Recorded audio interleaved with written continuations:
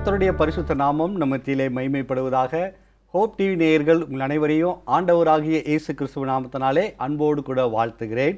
இனிய துவக்கம் இந்த நிகழ்ச்சிக்குள்ளாய் உங்களை அன்போடு வரவேற்கிறேன். இனிய துவக்கம் நிகழ்ச்சியில் அநேக கருத்துக்களை நாம் படித்து கொண்டிருக்கிறோம். ஒரு இனிய துவக்கமாகவே நம்முடைய வாழ்க்கையில் இருந்து கொண்டிருக்கிறது. தொடர்ந்து இந்த நாளின் இனிய துவக்கம் நிகழ்ச்சிக்கு நானும் என்னுடைய மனைவியும் உங்களை அன்போடு வரவேற்கிறோம். இந்த நாளின் இனிய துவக்கம் நிகழ்ச்சியில் நம்ம நிறைய காரியங்களை கற்றுக்கொள்ள போகிறோம். ஒவ்வொரு இனிய துவக்கம் நிகழ்ச்சியில் ஆண்டவர் நிறைய வேதத்திலிருந்து பல அதிசயங்களை நமக்கு காட்டுறாங்க, வெளிப்படுத்தி காட்டுறாங்க. இந்த நாளின் நிகழ்ச்சியிலும் அப்படியாக நிச்சயமாக வெளிப்படுத்துவாங்கன்ற விசுவாசத்தோடு நம்ம இந்த நாளின் நிகழ்ச்சியை ஒரு பாடலோடு உற்சாகமாக நம்ம தொடங்குவோம். இந்த பாடல் இயேசுதானே அதிசய தெய்வம், இன்னும் ஜீவிக்கிறார் நம் தெய்வம். ஒருவேளை மற்ற தெய்வங்களெல்லாம் கல்லும் மண்ணுமாக உயிரில்லாத ஒரு காரியங்களாக இருக்கும் பொழுது இயேசு மாத்திரம்தான் யார்? உயிருள்ள ஒரு தேவனாக இன்றைக்கும் அதிசயம் செய்கிறவராக இருந்து கொண்டே இருக்கிறார். அந்த தேவனை இந்த பாடலோடு உற்சாகமாய் நாம் பாடி ஆண்டவர் மகிமைப்படுத்துவோமா?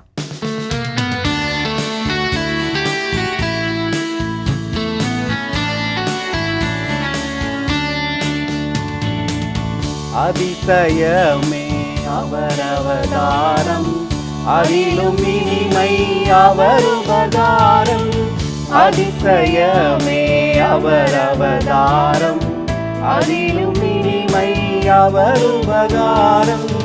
அவரை தெய்வமாய் கொள்வதே பாக்கியம், அவரில் நிலைத்து இருப்பதே சாக்கியம். இயேசுதானே அதிசய தெய்வம், இன்னும் ஜீவிக்கிறார் நம் தெய்வம். இயேசுதானே அதிசய தெய்வம், இன்னும் ஜீவிக்கிறார் நம் தெய்வம். மத்தேயு 18வது அதிகாரத்தில் ஆண்டவர் சொல்றாங்க, 2 பேர் 3 பேர் என் நாமத்தினால எங்க ஒரு மனமா ஒருமித்து இருக்கிறீங்களோ எங்க மத்தியில நான் இருக்கிறேன், உங்க ஜெபத்தை கேட்கிறேன், உங்க பேச்சை நான் கேட்கிறேன்றார். இன்றைக்கு நம்ம மத்தியில் இருக்கிறார், இதை பார்த்து கொண்டு இருக்கிற நேர்கள் மத்தியில் இருக்கிறார். இந்த கவியை உணர்ந்தவர்களாக உற்சாகமா பாடுவோமா? இருவர் ஒருமித்து அவர் நாமத்திலே இருந்தால் வருவார் இருவர் மத்தியிலே. இருவர் ஒருமித்து அவர் நாமத்திலே இருந்தால் வருவார் இருவர் மத்தியிலே. அந்தரங்கத்தில் அழுது ஜெபித்தால் அவர் கரத்தால் முகம் தொட்டு துடைப்பார். இயேசுதானே அதிசய தெய்வம், இன்னும் ஜீவிக்கிறார் நம் தெய்வம். இயேசுதானே அதிசய தெய்வம், இன்னும் ஜீவிக்கிறார் நம் தெய்வம். ஆமென், ஆமென். அவர் அதிசய தெய்வம் இன்றைக்கும் நம்ம மத்தியில் ஜீவித்து கொண்டிருக்கிறார். அதை நம்முடைய வாழ்க்கையில் அனுபவித்து கொண்டிருக்கிறோம். எவ்வளோ சாட்சிகள் எவ்வளோ அற்புதங்கள் நம்ம வாழ்க்கையில் செஞ்சுருக்கிறாங்க இல்லையா? ஏதாவது ஒரு அற்புதம் சொல்ல முடியுமா ஒரு இயேசு அதிசய தெய்வம் என்பதற்கு? நம்ம வாழ்க்கையில் ஜோசப் அந்த கட்டியோடு இருக்கும் பொழுது வயிற்றில் 3 கிலோ கட்டி, ஃபைப்ராய்டு 20 சென்டிமீட்டர் குழந்தை இருக்கிறான். ஆனாலும் அந்த கட்டியும் குழந்தையும் டச் ஆகாதபடிக்கு ஆண்டவர் வந்து பாதுகாத்துக்கிட்டாங்க. அதிசய தெய்வம்னு சொல்லலாம். ஏன்னா 7வது மாதம் எடுத்த டெஸ்ட்டில் வந்து மெடிக்கல் ரிப்போர்ட்டே நான் மூளை வளர்ச்சி கம்மியாக பிறப்பான்னு வந்துச்சு. ஆனால் டாக்டர் கூப்பிட்டு பேசியிருந்தாங்க உங்ககிட்ட. அதிசயம் தெய்வம் நம்ம தெய்வம். ஆண்டவர் அவனை நல்ல வளர்ச்சியோடு ஆண்டவர் அவன் பிறக்க கிருபை செய்தார். ஆண்டவருக்கு கொடான கொடி நன்றி. அவர் அதிசய தெய்வன். கண்டிப்பாக அந்த டாக்டர் சொல்லும் போது கூட என்ன சொன்னாங்க, ஆரம்பத்திலேயே இது பெரிய ரிஸ்க்கு தான், ஆனால் நீங்கள் என்ன பண்ணுங்கள், ஜெபம் பண்ணுங்கள், உங்கள் கடவுள் கண்டிப்பாக நடத்துவார். உங்கள் கடவுள் உங்களுக்கு குழந்தைய கொடுத்துருக்கிறாரு, பத்திரமா வெளியே கொண்டு வருவார். அந்த 3 கிலோ கட்டி இருந்தாலும் பரவாயில்ல, பத்திரமா கொண்டு வருவாருன்னு அந்த டாக்டர் வாயிலாகவே சொன்னாங்க. அப்போது நம்ம தேவன் உயிருள்ள தேவன், அவர் அதிசயங்களையும் செய்கிற தேவன். அவனை இன்றைக்கி பார்க்கும்போது கூட மூளை வளர்ச்சி கம்மின்னு யாராலையும் சொல்ல முடியாது. அற்புதமாக ஆண்டவர் அதிசயமாக நம்முடைய கரங்களில் தவழ விட்டுருக்கிறாரு. இன்றைக்கும் பல பேருக்கு அதிசயங்களை செய்கிறார். 16 வருடமாக கர்ப்பமே இல்லாமல் அந்த குழந்தை பாக்கியமே இல்லாத இருந்த ஒரு சகோதரிக்கு இன்றைக்கி கர்ப்பத்தை ஆண்டவர் கொடுத்துருக்கிறார். இப்படி பலருடைய வாழ்க்கையில் அற்புதங்களை செய்கிற தேவனாக இருக்கிறாரு. குடிகார ஒரு கணவனாக இருந்து அந்த குடும்பத்தையே ரொம்ப கஷ்டப்படுத்திக்கிட்டு இருந்த ஒரு மனுஷனை ஆண்டவர் அதிசயமாக மாற்றி, போதை பழக்கத்தில் இருந்த வாலிப பிள்ளைகளை எவ்வளோ பேரை ஜெபம் பண்ணி ஆண்டவர் அவங்க என்ன பண்ணியிருக்கிறாங்க, அவங்கள மாற்றி இன்றைக்கு நல்ல வாழ்க்கையை ஆண்டவர் கொடுத்துருக்கிறார். இப்படி லிஸ்ட்டு நம்ம சொல்லிக்கிட்டே போகலாம். எவ்வளோ அதிசயங்களை ஆண்டவர் செய்திருக்கிறார். அவருடைய அதிசயங்களை சொல்லணுன்னா அநேகம் சொல்லிக்கிட்டே இருக்கலாம். என்னுடைய வாழ்க்கையில், உங்கள் வாழ்க்கையில், இதை பார்த்து கொண்டிருக்கிற நேயருடைய வாழ்க்கையில், எல்லாருடைய வாழ்க்கையிலையும் அதிசயங்களை செய்கிற தேவனாக இருக்கிறார். என் வாழ்க்கையில் கூட சின்ன வயசில் 2 வயசு இருக்கும்போது நான் வந்து அப்படியே டைரியா ஆகிட்டு இருக்குது, நான் அவ்வளோதான் இறந்தே போயிட்டேன் அப்படின்ற ஒரு முடிவுக்கு என்னுடைய தாயார் வந்துட்டாங்க. அப்படிப்பட்ட ஒரு சூழ்நிலையில் என்னை அப்படியே கடத்தி போட்டுட்டு ஜெபம் பண்ணுறாங்க. எங்கள் அப்பா ஊழிய விஷயமா எங்கே வெளியே போயிருக்கிறாங்க. திடீர்னு எங்கள் அப்பா வந்து நிற்கிறாங்க, எல்லோரும் ஜெபம் பண்ணுறாங்க.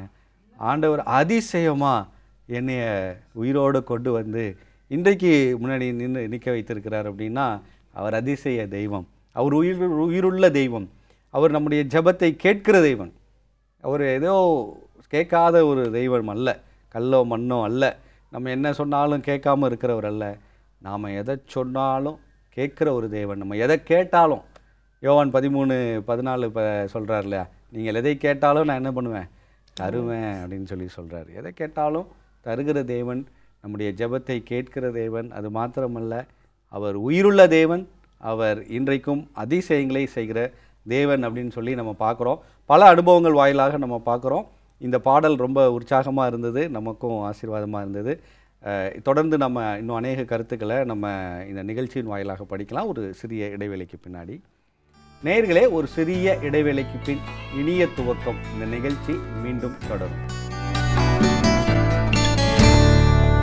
நேயர்களே, இடைவேளைக்கு பின் இனிய துவக்கம் இந்த நிகழ்ச்சிக்குள்ளாய் மீண்டும் உங்களை அன்போடு வரவேற்கிறோம். இனிய துவக்கம் நிகழ்ச்சியில் இடைவேளைக்கு முன்னாடி அவர் அதிசய தெய்வன், அவர் இன்றைக்கும் அதிசயங்களை செய்து கொண்டிருக்கிறார், உயிருள்ள தேவன் என்று சொல்லி ஆண்டவரை மகிமைப்படுத்தினோம். இப்போது இந்த பகுதியில் நம்ம எதை குறித்து படிக்க இருக்கிறோம்? இந்த பகுதியில் நம்ம வந்து ஆண்டவருடைய மலை பிரசங்கம், அந்த மலை பிரசங்கத்தில் ஒரு பகுதியை நம்ம குறித்து பார்க்க போகிறோம். அதில் வந்து மத்தேயு 5:9 5ஆம் அதிகாரம் 9வது வசனம். 5:9 சமாதானம் பண்ணுகிறவர்கள் பாக்கியவான்கள், அவர்கள் தேவனுடைய புத்திரர் எனப்படுகிறார்கள்.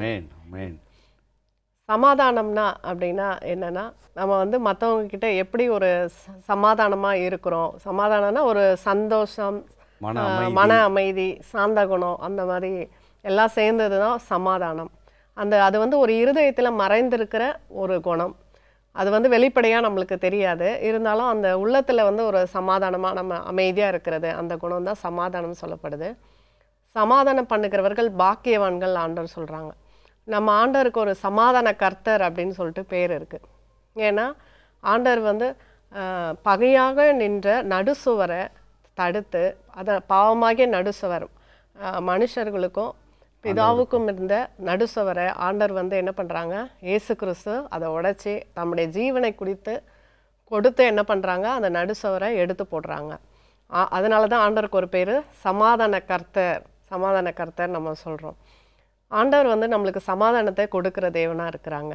யாருக்கெல்லாம் சமாதானம் இல்லைன்னு நம்ம பார்க்க போனால், ஏசாயா 48:22 பார்க்கும்போது துன்மார்க்கருக்கு சமாதானம் இல்லை என்று கர்த்தர் சொல்லுகிறார். துன்மார்க்கமாக நடக்கிறவங்களுக்கு, வழி விலகி நடக்கிறவங்க, ஆண்டவரை விட்டு வழி விலகி நடக்கிறவங்களுக்கு, தீமையான காரியங்களை ஈடுபட்டு செய்கிறவங்களுக்கு அவங்க உள்ளத்தில் என்ன பண்ணாது, சமாதானம் இருக்காது. ஏன்னா அவங்க வந்து தப்பு செய்கிறாங்கன்னு கண்டிப்பாக அவங்களுக்கு தெரியும். அதனால் அந்த உள்ளத்தில் அவங்களுக்கு சமாதானம் துன்மார்க்கருக்கு இருக்காது. ஒருவேளை அவங்களுக்கு நல்ல செல்வமாக அவங்க நல்லா ரிச்சாக இருக்கலாம் அவங்க வேணா, ஆனால் அந்த சமாதானம் அவங்களுக்கு வந்து இருக்காது. ஐயோ இந்த இடத்துல இந்த காசை என்ன பண்ணியிருக்கோம், பதுக்கி வச்சுருக்கோம், இங்கே இப்படி இருக்கா, அங்கே இப்படி இருக்குது, இது எப்படி இருக்குதோ, பாதுகாப்பாக இருக்குதா, யாராவது எடுத்துகிட்டு போயிடுவாங்களா, அந்த மாதிரி அவங்களுக்கு பலவிதமான எண்ணங்கள் இருக்கும். அப்போது நம்ம ஆண்டவருடைய பிள்ளைங்களுக்கு ஆண்டவர் அந்த சமாதானத்தை கொடுக்குறாங்க. எந்தெந்த வழிகளில் ஆண்டவருடைய பிள்ளைங்களுக்கு சமாதானம் கிடைக்குதுன்னு அப்படின்னு நம்ம பார்த்தா, ரோமர் 5ஆம் அதிகாரம் 1வது வசனத்தில் வாசிங்க. ரோமர் 5:1 இவ்விதமாக நாம் விசுவாசத்தினாலே நீதிமான்களாக்கப்பட்டிருக்கிறபடியால் நம்முடைய கர்த்தராகிய இயேசு கிறிஸ்து மூலமாய் தேவனிடத்தில் சமாதானம் பெற்றிருக்கிறோம். ஆமென். நாம் விசுவாசத்தினால நீதிமான்களாக்கப்பட்டிருக்கிறபடியால் நம்ம வந்து தேவனிடத்தில் என்ன பண்ணுறோம்? இயேசு கிறிஸ்து மூலமாய் சமாதானம் பெற்றிருக்கிறோம். நம்ம விசுவாசத்தினால நீதிமான்களாக்கப்பட்டிருக்கிறோமான்னு நம்ம யோசித்து பார்க்கணும். நம்ம விசுவாசத்தினாலனா, ஆண்டவரே என் பாவங்களை மன்னிங்க, பரிசுத்தத்தினால என்னை அலங்கரிங்க அப்படின்னு ஆண்டவரை இயேசு கிறிஸ்துவ விசுவாசத்தை ஏற்றுக்கொண்ட ஒவ்வொருவருக்கும் ஆண்டவர் என்ன பண்ணுறாங்க? அந்த சமாதானத்தை தராங்க. விசுவாசம் உள்ளவனாகி ஞானஸ்தானம் பெற்றவன் ரட்சிக்கப்படுவான். அந்த ரட்சிக்கப்படுற ஒவ்வொருவரும் நம்ம ஞானஸ்தானம் எடுத்து அறையேறணுன்னு ஆண்டவர் அந்த ஞானஸ்தானம் எடுக்கும் பொழுதே ஆண்டவர் என்ன பண்ணுறாங்க? பரிசுத்த ஆவியாகிய தேற்றரவாளனை நம்மளுக்கு கொடுக்குறாங்க. சமாதான கர்த்தர் நம்ம உள்ளத்தில் வந்துடுறாங்க. அப்போ சமாதானத்தை ஆண்டவர் இதன் மூலமாக ரட்சிப்பின் மூலமாக நம்மளுக்கு என்ன பண்ணுறாங்க? கொடுக்குறாங்க. 2வது சங்கீதம் 85:8 நம்ம வாசிக்கும்பொழுது, பரிசுத்தவான்களுக்கு தம்முடைய பரிசுத்தவான்களுக்கு அவர் என்ன பண்ணுறாங்க? சமாதானத்தை கொடுக்குறாங்க பார்க்கலாம். 3வது பார்த்தீங்கன்னா சங்கீதம் 37:37 உத்தமனை நோக்கி செம்மையானவனை பார்த்திரு, அந்த மனுஷனுடைய முடிவு சமாதானம். உத்தமனை நோக்கி நம்ம செம்மையானவரை நோக்கி பார்க்கும்போது அவங்களுடைய முடிவு எப்போவுமே என்ன பண்ணோம்? சமாதானமாக இருக்கும் அப்படின்னு சொல்லப்பட்டிருக்குது. நம்ம வேதத்தில் பார்க்கும்போது நம்முடைய முற்பிதாக்கள்லாம் பார்த்திங்கன்னா அவங்க சமாதானமாக அவங்க வந்து அவங்களுடைய முடிவு காலம் இருந்ததை நம்ம பார்க்கலாம். ஆபிரகாம் பார்த்தாலும் சரி, ஈசாக்கு, யாக்கோபு அப்படின்னு பார்த்தாலும், ஏன்னா அவங்களோட உத்தமனாக இருக்கிறாங்க, அவங்க வந்து நீதியாக நடக்கிறாங்க, செம்மையானவர்களாக அவங்க இருக்கிறாங்க. அவங்களுடைய முடிவு என்ன பண்ணுது? சமாதானமாக இருக்குது. உலக பிரகாரமாக நடக்கிறவங்கள நம்ம பார்க்கலாம், ஆனால் அவங்களுடைய முடிவு எப்படி இருக்குதுன்னு அவங்க சமாதானமாக இருந்ததில்லை. நம்ம ஆண்டவர் நம்மளுக்கு என்ன பண்ணுறாங்க? சமாதானத்தை கொடுக்குறாங்க. 4வதாக ஏசாயா 48:18 வாசிக்கும் போது, என் கற்பனைகளை கவனித்தாய், ஆனால் நலமாக இருக்கும், அப்பொழுது உன் சமாதானம் நதியைப் போலும், உன் நீதி சமுத்திரத்தின் அலைகளைப் போலவும் இருக்கும். 4வதாக ஆண்டவருடைய கற்பனைகளை நம்ம கவனித்து நம்ம நடக்கும் பொழுது நம்முடைய சமாதானம் நதியைப் போல இருக்கும்னு ஆண்டவர் சொல்லியிருக்காங்க. ஆமேன். நம்ம ஆண்டவருடைய கற்பனைகளை கை கொள்ளும் போது அந்த சமாதானத்தை ஆண்டவர் என்ன பண்ணுறாங்க? நம்ம உள்ளத்தில் கொடுக்குறாங்க. பிலிப்பியர் 4:6-7 வாசிங்க. பிலிப்பியர் 4:6-7 நீங்கள் ஒன்றுக்கும் கவலைப்படாமல் எல்லாவற்றையும் குறித்து உங்கள் விண்ணப்பங்களை சோஸ்திரத்தோட கூடிய ஜபத்தினாலும் வேண்டுதலினாலும் தேவனுக்கு தெரியப்படுத்துங்கள். அப்பொழுது எல்லா புத்திக்கும் மேலான தேவ சமாதானம் உங்கள் இருதயங்களையும் உங்கள் சிந்தைகளையும் கிறிஸ்து இயேசுவுக்குள்ளாக காத்து கொள்ளும். ஆமென். நம்ம எதுக்குமே என்ன பண்ணக்கூடாது? இந்த உலகத்தில் கவலைப்படக்கூடாது. எல்லாவற்றையும் ஆண்டவருடைய பாதத்தில் உட்கார்ந்து நம்முடைய கவலைகள் எல்லாம் நம்ம ஆண்டவருடைய பாதத்தில் ஊற்றும் பொழுது ஆண்டவர் என்ன பண்ணுறாங்க? எல்லாவற்றிற்கும் மேலான தேவ சமாதானத்தை நம்ம உள்ளத்தில் என்ன பண்ணுறாங்க? கொடுக்குறாங்க. நம்ம பல விஷயத்துக்காக இந்த உலக வாழ்க்கையில் உலக பிரகாரமான விஷயத்துக்காகவும் கவலைப்படுறோம். ஒரு காலேஜில் ஒரு சீட்டு கிடைக்கலன்னா பிள்ளைங்களுக்கு கவலைப்படுறோம்.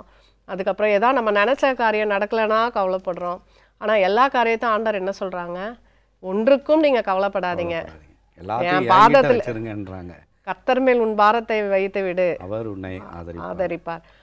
ஆண்டவர் பாதத்தில் நம்ம எல்லாத்தையும் வைக்கும் பொழுது ஆண்டவர் என்ன சொல்கிறாங்க? எல்லாவற்றிற்கும் மேலான எல்லா புத்திக்கும் மேலான தேவ சமாதானம் நம்ம உள்ளத்தில் என்ன பண்ணும்? ஆளுகை செய்யும். என்னுடைய வாழ்க்கையில் நான் நிறைய ஃபீல் பண்ணியிருக்கேன். ப்ரேயர் லைஃப்பில் நிறைய நம்ம மனசு நொறுங்கி ஏதாவது ஒரு காரியத்தில் கவலைப்படும் போது அந்த டைமில் ஆண்டவர் அதிகமாக நான் வந்து தேடுவேன். அந்த டைமில் ஜெபம் பண்ணும் பொழுது ஜெபம் பண்ணி கண்ணீர் வடிச்சிட்டு எந்திரிச்சிட்டோன்னா மேலான தேவ சமாதானம் என்ன பண்ணோம்? நம்ம உள்ளத்துலேயும் இருதயத்துலேயும் ஆண்டவர் அதை கொடுத்துருக்காங்க. நான் நிறைய ஃபீல் பண்ணியிருக்கேன். அப்போது நம்ம கவலைகள் பாரத்தை எல்லாத்தையும் ஆண்டவர் பாதத்தில் நம்ம இறக்கி வைக்கும்பொழுது தேவ சமாதானம் நம்ம உள்ளத்தில் ஆளுகை செய்து சமாதானம் பண்ணுகிறவர்கள் பாக்கியவான்கள், அவர்கள் தேவனுடைய புத்திரர் எண்ணப்படுகிறார்கள். நிறைய கருத்துக்களை பகிர்ந்து கொண்டிருக்கிறீங்க. தொடர்ந்து படிக்கலாம் ஒரு சிறிய இடைவேளைக்கு பின். நேயர்களே, ஒரு சிறிய இடைவேளைக்கு பின் இனிய துவக்கம் இந்த நிகழ்ச்சி மீண்டும் தொடரும். நேயர்களே, இடைவேளைக்கு பின் இனிய துவக்கம் இந்த நிகழ்ச்சிக்குள்ளாய் மீண்டும் உங்களை அன்போடு வரவேற்கிறோம். இடைவேளைக்கு முன்னாடி இனிய துவக்கம் நிகழ்ச்சியில் அந்த மலை பிரசங்கத்திலேருந்து சமாதானம் பண்ணுகிறவர்களை பற்றி சொல்லிகிட்டு இருந்தீங்க. சமாதானம் எப்படிலாம் ஆண்டவர் கொடுக்குறாங்க, சமாதானம் பண்ணுகிறவர்கள், ஒருவருக்கொருவர் சமாதானம் பண்ணுறவங்க எப்படியெல்லாம் ஆண்டவர் அவங்களுக்கு ஆசீர்வதிக்கிறாருன்னு சொல்லிட்டு இருந்தீங்க. தொடர்ந்து சொல்லுங்கள் உங்களுடைய கருத்துக்களை. சமாதானம் எப்படி நம்மளுக்கு ஆண்டவர் கொடுக்குறாங்கன்னு நம்ம பார்த்தோம். நம்ம ரட்சிப்பின் மூலமாக ஆண்டவர் கொடுக்குறாங்க, பரிசுத்தவான்களுக்கு கொடுக்குறாங்க, கற்பனைகளை கைக்கொள்ளுறவங்களுக்கு ஆண்டவர் சமாதானத்தை கொடுக்குறாங்க. அந்த சமாதானத்தை ஆண்டவர் நம்ம உள்ளத்தில் கொடுக்குறாங்க. அதை நம்ம எப்படி ஸ்ப்ரெட் பண்ணுறோம்? அந்த சமாதான கர்த்தர் நம்ம உள்ளத்தில் இருக்கிறாங்க. இப்போது நம்ம வந்து மற்றவங்க மத்தியில் அதை எப்படி சமாதானத்தை வெளிப்படுத்துகிறோம், அதை நம்ம யோசித்து பார்க்கணும். இப்போ இருக்க காலகட்டங்களில் நிறைய பிரச்சனைகள், ஒருத்தருக்கு ஒருத்தர் மனஸ்தாபங்கள், அந்த மாதிரி நிறைய வருது. அந்த காலகட்டங்களில் இந்த மாதிரி டைமில் நம்ம எப்படி நடந்துக்கிறோம்? ஒருத்தருக்கு ஒருத்தர் பிரச்சனை இருக்குது, நம்ம வந்து நம்மக்கிட்ட யாராவது வந்து எனக்கும் அவனுக்கும் பிரச்சனை அப்படின்னு சொல்லிட்டு ஒரு ஃப்ரெண்ட்ஸை வந்து சொல்லும் போதும் நம்ம வந்து எப்படி அந்த விஷயத்தில் நடந்துக்கிறோம்? இல்லை அவன் அப்படி தான் அப்படின்னு சொல்லிட்டு நம்ம என்ன கொஞ்சம் வந்து ஏற்றி விட்றது, அப்படி பண்ணி அவங்கள என்ன கொஞ்சம் பிரித்து விட்றோமா? அல்லது அவங்கள சமாதானம் பண்ணி அவங்கள இல்லை நீங்கள் அவங்கள நேசிங்க, அவங்க இந்த மாதிரி தான் உங்களை புரிஞ்சுக்கிட்டாங்க, அவங்களும் உங்களை நேசிக்கிறாங்க அப்படின்னு சொல்லி நம்ம சமாதானம் பண்ணி ரிலேஷன்ஷிப்பை வந்து நம்ம வந்து அதை என்கரேஜ் பண்ணுறோமா அல்லது பிரிவினையை உண்டாக்குறோமா நம்ம யோசித்து பார்க்கணும். இந்த இடத்துல சொல்லப்பட்டிருக்கு, சமாதானம் பண்ணுகிறவர்கள் பாக்கியவான்கள் சொல்லப்பட்டிருக்கு, அவர்கள் தேவனுடைய புத்திரர் எனப்படுகிறார்கள். ஏன்னா நம்ம ஆண்டவரை என்ன பண்ணாங்க, சமாதான கர்த்தராக இருந்து நம்ம உலகத்தில் நம்மளுக்கு பாவத்தை மன்னித்து பிதாவுக்கும் நம்மளுக்கும் உள்ள அந்த கேப்பை வந்து என்ன பண்ணாங்க, எடுத்துட்டாங்க. நம்ம இப்போது ஆண்டவரை தரிசிக்கிறோம், ஆண்டவரோடு ஜெபம் பண்ணுறோம், வேதத்தை வாசிக்கிறோம், ஆராதிக்கிறோம். சமாதான கர்த்தர் நம்மளுக்கு வழியை உண்டாக்கி கொடுத்தாங்க. அதே மாதிரி மற்ற குடும்பங்களும் சமாதானம் இருப்பதற்கும் மற்றவர்கள் சந்தோஷமாக இருப்பதற்கும் நம்ம ஒரு வழியை காட்டுறவர்களாக நம்ம இருக்கணும். ஆமென், ஆமென். நல்ல கருத்துக்களை சொன்னீங்க. இப்போ இதில் அந்த இயேசு கிறிஸ்து பிதாவுக்கும் நமக்கும் இருந்த அந்த பிரிவினையை என்ன பண்ணிட்டாங்க, சேர்த்து வச்சுட்டாங்க. அதனால தான் அவருடைய நாமம் சொல்லப்படும் போது சமாதான பிரபு அப்படின்னு சொல்லி அப்படி ஒரு நாமத்தையும் அங்கே ஏசாயா தீர்க்கதரிசி மூலமாக கொடுக்கறத பார்க்குறோம். இன்னொரு இடத்துல சொல்லும்போது, ஒரு வீட்டில் நீங்கள் பிரவேசிக்கும் போது இந்த வீட்டுக்கு சமாதானம் உண்டாக கடவுதுன்னு சொல்லணுமா முதல்ல ஆண்டவர் லூக்காவில் சொல்லியிருக்காங்க. அப்போது நம்ம சுவிசேஷத்தை எடுத்து சொல்லும் போதும் இந்த வீட்டுக்கு சமாதானம் உண்டாவதாக அப்படின்னு சொல்லணும். அந்த சமாதானம் அந்த வீட்டில் நிலைத்திருக்கிறதுக்கு அவங்க பாத்திரமாக இருந்தால் அந்த சமாதானம் என்ன பண்ணோம், அவங்களுக்கு வரும். சமாதானம் ரொம்ப முக்கியமானது. இன்னைக்கு தேதிக்கு, அதாவது இன்னைக்கு உலகத்தில் சமாதான குறைச்சல் எல்லாருக்குமே இருந்துக்கிட்டு இருக்கு. ஆனால் ஆண்டவர் சொல்கிறாங்க, எல்லா புத்திக்கும் மேலான தேவ சமாதானத்தை நான் கொடுப்பேன் அப்படின்னு சொல்கிறாங்க. அது சமாதானம், அந்த சமாதானம் ரொம்ப முக்கியம். எல்லா புத்திக்கும் மேலான தேவ சமாதானம்னா நம்ம இதை பண்ணலாமா, இப்படி பண்ணலாமா, அதை செய்யலாமா, இதை செய்யலாமா, இப்படி யோசித்து நம்ம புத்தி நம்மளுடைய எண்ணங்கள் அப்படியே போயிட்டுருக்குது. அதுக்கும் மேலான ஒரு தேவ சமாதானத்தை நான் உனக்கு தருவேன், நீ அப்படிலாம் யோசித்து கவலைப்பட வேண்டியதில்லை, கலங்க வேண்டியதில் நான் தருவேன் அப்படின்னு ஆண்டவர் சொல்கிறாங்க. நம்ம சமாதானம் பண்ணுகிறவர்களாக நம்ம இருக்கணும். அதுதான் ஆண்டவர் நமக்கு சொல்கிறாங்க. நீ சமாதானம் பண்ணுகிறவர்களாக இருந்தீங்கன்னா உனக்கு சமாதானம், ஏன் பிள்ளைங்க அப்படின்னு உடனே சொல்லுவாங்கன்றார். இல்லை, என்னுடைய புத்திரர் எனப்படுவார்கள் அப்படின்னு சொல்லி. ஸோ தேவனுடைய புத்திரர்களாக நம்ம இருக்கணும்னா எல்லாரோடும் சமாதானமாக இருக்கணும், சமாதானத்தை நம்ம வளர்க்கணும், எல்லா உறவுகளையும் அப்படின்னு சொல்லி பார்த்தோம். அழகான ஒரு கருத்து மலைப்பிரசங்கத்திலேருந்து நம்ம பார்த்தோம். தொடர்ந்து நம்ம ஒரு வாக்குத்தத்தத்தோடு இந்த பகுதியை, நம்ம இந்த நிகழ்ச்சியின் பகுதியை நாம் நிறைவு செய்யலாம். இந்த நாளின் வாக்குத்தத்தத்தை நம்ம பார்க்கும் பொழுது ஏசாயா 38:5 வசனம். ஏசாயா 38:5 நீ போய் எசேக்கியாவை நோக்கி, உன் தகப்பனாகிய தாவீதின் தேவனாய் இருக்கிற கர்த்தர் சொல்லுகிறது என்னவென்றால், உன் விண்ணப்பத்தை கேட்டேன், உன் கண்ணீரை கண்டேன், இதோ உன் நாட்களோடே 15 வருடம் கூட்டுவேன். ஆமென், ஆமென். இங்கே அழகான ஒரு வாக்குத்தத்தம், உன் விண்ணப்பத்தை கேட்டேன், உன் கண்ணீரை கண்டேன் அப்படின்னு ஆண்டவர் சொல்கிறாங்க. இங்கே எசேக்கியா எல்லாருக்கும் தெரிஞ்ச ஒரு கதை தான். வியாதிப்பட்டு மரண அவஸ்தையில் சாக போகிறார். தீர்க்கதரிசி வந்து சொல்கிறார், நீ செத்துருவ அப்படின்னு சொல்லிட்டார். எல்லாம் அவங்களும் வீட்டு காரியத்தை ஒழுங்குபடுத்தணும். ஆனால் இவர் கண்ணீரோடு ஆண்டவர்கிட்ட நிற்கிறார்.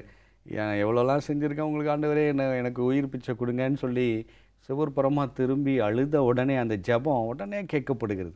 உடனே கேட்டு எசேக்கியா தீர்க்கதரிசி சொல்லி அனுப்புகிறார். என்ன சொல்கிறாரு, உன் விண்ணப்பத்தை கேட்டேன், உன் கண்ணீரை கண்டேன், 15 வருஷம் நீ என்ன எதிர்பார்த்தியோ நான் அதை கொடுக்குறேன் அப்படின்னு சொல்லி ஆண்டவர் கொடுக்குறார். ஒருவேளை இதை பார்த்து கொண்டிருக்கிற நேயர் யாராவது இது போல் ஒரு கண்ணீரோடு நிற்கிற ஒரு சூழ்நிலை இருந்தாங்கன்னா, எசேக்கியா மாதிரி ஒரு மரண படுக்கையில் இருந்தாங்கன்னா, ஆண்டவர்கிட்ட கண்ணீரோடு அழும் பொழுது இன்றைக்கி வாக்குத்தத்தமாக ஆண்டவர் கொடுக்குறாரு, உன் விண்ணப்பத்தை கேட்டேன், உன் கண்ணீரை கண்டேன். நீ எதிர்பார்க்கிறத நான் கொடுக்குறேன். கர்ப்பம் காத்திருக்கிறியா? நான் எதிர்பார்க்கிறத கொடுக்குறேன். உன் கண்ணீரை கண்டேன். உன் விண்ணப்பத்தை எவ்வளோ பேர், எவ்வளோ பெண்கள் அந்த கர்ப்பம் இல்லாமல் அவங்க எவ்வளோ பெரிய பாடுகளை, போராட்டங்களை அனுபவிக்கிறாங்க அவங்களுடைய வீட்டில். ஆண்டவர் இன்னைக்கு சொல்கிறார், உன் விண்ணப்பத்தை கேட்டேன், உன் கண்ணீரை கண்டேன், நீ என்ன எதிர்பார்க்குறியோ அதை நான் உனக்கு தருவேன் அப்படின்னு ஆண்டவர் சொல்கிறார். எசேக்கியா கிட்ட சொன்ன அதே ஆண்டவர் இன்றைக்கு நம்மக்கிட்டையும், நம்ம இதை பார்த்து கொண்டிருக்கிற நிகழ்ச்சியை பார்த்து கொண்டிருக்கிற நம்முடைய நேர்களுக்கும் ஆண்டவர் பேசுவதாக இந்த வாக்குத்தத்தம் அமைகிறது. யாராவது நான் உன் பிரச்சனையை கேட்டேன், நான் செய்கிறேன் அப்படின்னு சொன்னால் எவ்வளோ சந்தோஷமாக இருக்கும் இல்லையா? ஆண்டவர் நமக்கு செய்கிறேன்னு சொல்லியிருக்கிறாங்க. அந்த ஒரு சந்தோஷத்தோடு நாம் இந்த வாக்குத்தத்தத்தை பற்றிக்கொள்வோம். நிச்சயமாக ஆண்டவர் செய்வாங்க என்ற விசுவாசத்தோடு இந்த நிகழ்ச்சியை நம்ம நிறைவு செய்யலாம். ஒரு ஜெபத்தோடு நாம் நிறைவு செய்யலாம். எங்கள் அன்புள்ள ஆண்டவரே, அருமையான இந்த நிகழ்ச்சிக்காக நன்றிகளை செலுத்துகிறோம் இயேசுப்பா. இந்த நிகழ்ச்சியின் மூலமாய் எங்கள் இருதயத்தில் நீங்கள் பேசுகிறீங்க. நன்றி ஆண்டவரே. நாங்கள் சமாதானம் பண்ணுகிறவர்களாக இருக்க கிருபை செய்யுங்க. ஒருவருக்கொருவர் உறவுகளை வளர்த்து கொள்ள கிருபை செய்யுங்க ஆண்டவரே. இதை பார்த்து கொண்டிருக்கிற யாராக இருந்தாலும் கண்ணீரோடு செபிக்கிற ஒவ்வொருவருடைய கண்ணீரையும் கண்டு, விண்ணப்பத்தை கேட்டேன், என் கண்ணீரை கண்டேன், உனக்கு பிரியமானது நான் செய்வேன்னு சொல்லி நீங்கள் ஆண்டவரே வாக்களித்ததற்காக நன்றி. நீர் அப்படி செய்ய போகிறதுக்காக நன்றி. இயேசுவின் மூலம் ஜெபிக்கிறோம் நல்ல பிதாவே, ஆமென். ஆமென். கர்த்தருக்கு ஸ்தோத்திரம். தொடர்ந்து இந்த இனிய துவக்க நிகழ்ச்சி நமக்கு நம்முடைய வாழ்க்கையும் பரிசுத்தப்படுத்தி கொண்டு இருக்கிறது. அநேகருக்கு ஆசீர்வாதமாகவும் இருந்து கொண்டிருக்கிறது. இந்த நிகழ்ச்சிகளை கலந்து கொண்டு உங்களுடைய கருத்துக்களை பகிர்ந்து கொண்டதுக்கு நன்றி. கர்த்தர் உங்களையும் அதிகமாய் ஆசீர்வதிப்பாராக. ஆமென். நேயர்களே, இந்த நாளின் இனிய துவக்கம் நிகழ்ச்சி உங்களுடைய வாழ்க்கையில், ஒரு ஆவிக்குரிய வாழ்க்கையில் ஒரு இனிய துவக்கமாக இருந்திருக்கும் என்று கர்த்தருக்குள் நம்புகிறோம். மீண்டும் மற்றொரு இனிய துவக்கம் நிகழ்ச்சியில் உங்களை சந்திக்கிறோம். அதுவரை தேவன் உங்களை ஆசீர்வதிப்பாராக. ஆமென்.